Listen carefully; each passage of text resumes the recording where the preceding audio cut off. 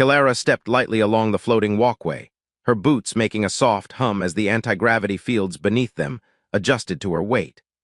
The twin suns of Lithera cast long, shimmering shadows across the city's crystalline towers, and the air shimmered with the subtle distortion of energy conduits humming invisibly beneath the streets. She moved with careful precision, as she always did, ears tipped forward slightly to catch the faintest disturbances in the aural spectrum.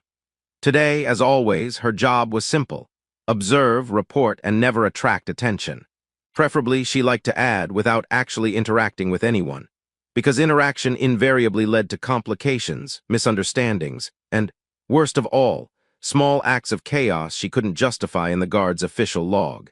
The market district was coming alive, merchants unfolding stalls with a mechanical elegance that made Kilara wonder if anyone had bothered to notice the occasional levitating fruit wobbling off its tether. Vendors shouted across frequencies in languages she only half recognized, selling substances that glimmered with internal energy and gadgets that might have been harmless, or might have secretly been capable of dismantling the fabric of reality in minor, embarrassing ways. She walked past them without comment, ears twitching to suppress the urge to sigh. She once tried sampling one of the luminescent pastries, and while it tasted like sweet metal and disappointment, she'd been forced to explain to a counselor why her mouth had glowed for 3 hours afterward. Not her finest moment. She rounded a corner and froze, not because of danger. She wasn't startled easily, but because of him. A human. Adrian, the visiting king, stood at the edge of a plaza, surveying the city with that peculiar combination of confidence and amusement humans seemed naturally to radiate. Kilara had been briefed. He was charismatic, clever, possibly trouble, and definitely immune to most social cues. She inhaled sharply and tried to shrink into the invisible space between the walkway's rails and the energy conduits. But he looked up directly at her with a grin that seemed to say, "I know you're hiding, and I like it." "Well, aren't you a remarkable piece of architecture?" Adrian called across the gap, voice smooth and teasing. "I've never seen anyone balance protocol and mystery quite so elegantly. Are the ears standard issue or custom?" Kilara's ears twitched involuntarily, a motion she couldn't quite suppress, and she murmured, "They're functional." Functional, as in don't touch them, don't ask why they move, don't comment, ever. But of course, the human interpreted it as playful. "Functional, you say? Excellent. Then you'll hear me when I confess that I haven't actually had breakfast yet, and am dangerously close to considering the edible energy conduits over there." He gestured dramatically to a nearby stall, where a fruit pulsed like a tiny star. Kilara resisted the urge to roll her eyes. She had dealt with visitors before, but humans carried a charm that was somehow simultaneously infuriating and contagious. She straightened, trying to sound neutral. "I suggest you do not consume the conduits. Side effects may include temporary levitation and permanent regret." Adrian laughed, a clear, warm sound that made a few hovering drones near the plaza pause mid-rotation. "Temporary levitation? That's positively pedestrian. I've been temporarily dead before, and let me assure you, levitation sounds delightful in comparison." The corners of Kilara's mouth twitched, not a smile, not yet. But the court had warned her. Humans were unpredictable, persistent, and occasionally charming in ways that interfered with her composure. She stayed still, ears flexing slightly, alert to every fluctuation in the energy flow beneath her feet. There was a rhythm to it, a vibration that matched the faint pulse of her own heartbeat, and for a moment she allowed herself to appreciate that someone else might find the city's oddities as fascinating as she did. "Care to join me?" Adrian asked, leaning casually on the energy rail, one foot hovering just above the pavement. "I promise not to get you glowing this time, or at least not too much." Kilara considered ignoring him, but curiosity gnawed at her. Humans had an irritating tendency to force engagement. "Fine," she said finally, her voice level. "But if you touch the fruit, I will hold you accountable for any side effects, including but not limited to spontaneous combustions, mild disorientation, and existential dread." He grinned again, unabashed. "Accountable, you say? Now that's a challenge. I love challenges." He took the first careful step onto the platform she indicated, narrowly avoiding a microtremor from the anti-gravity nodes beneath them. Kilara followed, ears brushing against the soft breeze that shimmered with refracted sunlight. As they walked together through the labyrinth of stalls and floating platforms, Adrian made running commentary, his observations dripping with humor. He compared the city's levitating gardens to a space carnival for plants, and remarked that the hovering street lamps reminded him of nervous fireflies at a polite dinner party. Kilara had to suppress a laugh when a tiny robotic street cleaner suddenly tipped over in perfect dramatic timing at his jest. She kept her posture rigid, of course, but she caught herself enjoying the subtle chaos his presence stirred. By the time they reached the edge of the city's ceremonial plaza, where a massive energy crystal hummed with quiet authority, Kilara realized something had shifted. She was still alert, still disciplined, yet the tension that usually accompanied visitors, especially one as bold as Adrian, was softened by humor, curiosity, and the undeniable draw of someone unafraid to challenge protocol. Adrian turned to her, eyes twinkling. "I have a feeling we're going to get along quite famously, Kilara, and don't worry, I'll try not to get you glowing before lunch." Her ears twitched again, almost in acknowledgement, almost in warning. She thought of all the counselors who would have a fit if they knew she was openly enjoying this human's antics. She could already hear the whispers forming in her mind. The king has noticed her, the guard is compromised, protocol, order, disaster. Kilara pushed the thoughts aside and allowed herself the smallest, most controlled twitch of amusement. "Let's just try to survive the morning without incident first," she replied, though a faint smirk threatened to escape. Adrian laughed, leaning a little closer as the crystal pulsed softly in rhythm with their steps. "Oh, Kilara, I have a feeling surviving with you is going to be far more entertaining than it should be." The city hummed beneath them, oblivious to the small rebellion of humor and curiosity that had just begun. And Kilara couldn't help but think that, for once, protocol might be the least of her worries. Kilara returned to her usual patrol route the next morning, ears flexing with subtle irritation at the faint buzz of gossip already circulating through the city's energy network. The market drones had been unusually chatty, sending snippets of conversation that weren't intended for her sensors, though, of course, she heard them anyway. The human king finds her fascinating. The guard is behaving oddly. She smiles somehow. Surely this violates every code of decorum. Kilara adjusted the calibration on her internal analyzer and muttered, Yes, I am a disaster waiting to happen. Please carry on." Of course, the network didn't respond. She suspected that even if it could, it would have sighed in exasperation. Adrian appeared at the plaza again, as predictable as the twin suns rising, though his unpredictability lay in the fact that he had somehow managed to ride a levitating hovercart through the corridors of the city without tipping over once. "Ah, Kilara, just in time for my morning mischief," he called. "I was beginning to worry that you'd gone all serious and silent again, boringly professional, I mean." Kilara narrowed her eyes, though the corner of her mouth betrayed her. "I maintain professionalism because the alternative usually involves you exploding something, or laughing at inappropriate moments." Details, he said, spinning the hovercart with a flourish and narrowly avoiding a hovering fruit stall. "Explosions keep life interesting and laughter is a cultural necessity. You should try it sometime. I hear it even has minor health benefits." They moved together through the floating streets, Kilara noting the subtle disruptions Adrian's presence caused. Street vendors flinched mid-sentence when he cracked a joke, robotic couriers momentarily stalled in midair, and a pair of gravity-enhanced cats somersaulted over a railing to avoid him. He watched her reactions closely, seemingly delighted by her restraint and barely contained amusement. "Tell me," Adrian said, leaning casually against an energy conduit that vibrated faintly under his touch. "Do your ears always know more than your eyes?" Kilara's ears twitched as if to answer, but she replied in measured tones. "They pick up what needs attention, mostly things that are about to go wrong. Humans are loud." "Loud, yes, but charmingly so, I hope," he said with a grin, clearly enjoying the test of her composure. "You'll have to give me lessons on subtlety later, or I could just follow your example and pretend I understand everything, which humans are excellent at." A ripple of laughter passed between them, unspoken and cautious, the kind that thrives in small spaces where everyone expects tension. Kilara could feel the city's eyes, figurative, electronic, and otherwise, on them, and yet she let herself relax just enough to let her thoughts wander. Perhaps humans weren't entirely intolerable.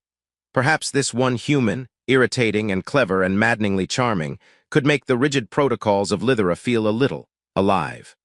They reached the edge of a plaza where the council's emissaries gathered, hovering just above the polished surface of the walkways. Adrian bowed theatrically, earning a frown from Kilara and a near snort from one of the more daring diplomats. "Good morning, esteemed elders. I hope your anti-gravity breakfasts were not too soggy today," he said, glancing at a hovering tray of crystallized sustenance. "I must admit, I do envy your ability to dine while floating elegantly. I merely toppled once myself. Consider it practice in humility." Kilara suppressed a laugh at the expression on the counselors' faces. Horror, confusion, and reluctant amusement blended into a single predictable reaction. She kept her tone level, as if delivering a report. "King Adrian has not toppled again since the hovercart demonstration, though minor incidents remain statistically probable." "Statistical probability is no reason to deny me amusement," Adrian declared. He gestured dramatically to a small drone that had wobbled too close to Kilara's ears. "See, even the city conspires to test me. But fear not, my silent friend, I shall persevere." The humor of the moment allowed Kilara to ease into a conversation she normally would have avoided. Adrian had questions, naturally, about customs, rituals, and the subtle intricacies of Lithera's energy grid, and she answered with care, though occasionally punctuated her explanations with pointed sarcasm. "Yes, the energy conduits do hum. No, they are not alive, most of the time. If you feed them too much sugar, there might be consequences. Don't ask how I know." "Not alive," he echoed, eyes sparkling with mischief. "Then why does it feel like they're gossiping about me? Perhaps I've offended the conduit society. I should apologize. Do they accept flowers?" Kilara raised a brow, but didn't correct him. "Only crystalline petals and only on leap cycles. Otherwise, they throw a minor tantrum. Trust me, you don't want to witness it." Adrian pretended to shudder. "I'll take your word for it. Humans prefer tantrums of a less destructive variety, mostly." He glanced at her ears with genuine curiosity. "And yours, they must hear everything. Secretly, I suspect they can even sense sarcasm, dangerous superpower." Kilara's lips twitched ever so slightly. "Mostly dangerous to you, I imagine." By mid-afternoon, their informal partnership had attracted attention. The city's energy network hummed a little louder, and the floating drones seemed to adjust their paths just slightly, as if intrigued by the unpredictable duo. Kilara found herself explaining both minor hazards and subtle humor, guiding Adrian through corridors that defied ordinary physics and into chambers where light bent in impossible angles. "Honestly," Adrian said during a particularly tight maneuver through a twisting corridor, "you could write a manual on surviving alien bureaucracy with humor intact. I would read it, out loud, dramatically." "I'm glad my efforts amuse you," Kilara replied, "though amusement is strictly a side effect of competent navigation and avoiding courtly catastrophe." As they stepped into a chamber pulsing with faint, iridescent energy, the hum beneath the city shifted. A minor disturbance, nothing catastrophic, but enough to draw Kilara's attention. Adrian immediately quipped, "Ah, a tiny rebellion in the energy field. Delightful. Should we negotiate or offer it tea?" Kilara allowed herself a smile, careful but real. "Tea might be wise," she said, "though the conduits may prefer something stronger." And as the two of them moved deeper into the city's shifting corridors, Kilara realized something remarkable.